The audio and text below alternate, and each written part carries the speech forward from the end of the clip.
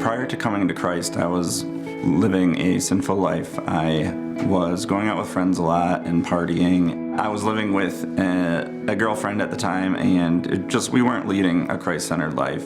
I had also found out that I wasn't going to be working in my current teaching position. I had lost my job, and I think this is what led to the end of the relationship with the girlfriend at the time. That in turn led me into more partying with friends who weren't leading Christ-centered lives either. There was a lot going on, and I knew deep down that there was more out of life than just waking up on the weekends feeling awful after a night of partying. During this time, I had met a friend who I was working with. She had, invited me to church a few times.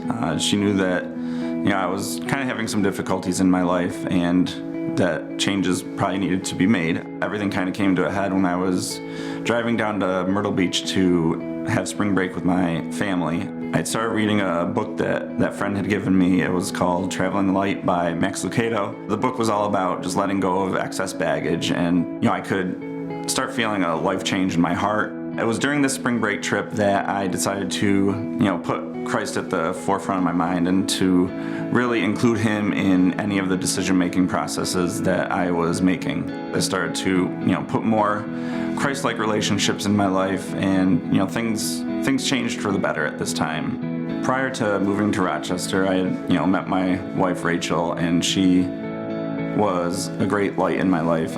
She had given me my first Bible, and I was able to bounce, a lot of ideas off of her and what it meant to be a Christ-centered person.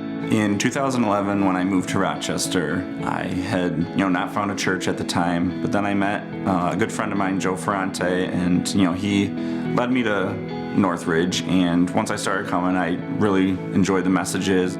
We joined our first community group, and that's, what really helped lead me to making life change. And after going to community group for a while, I decided I wanted to volunteer more at the church, so Rachel and I started to serve at Northridge Youth Ministries, and I think just having that as part of our life has really, impacted us greatly and just helped make decisions that I'd want, youth to make.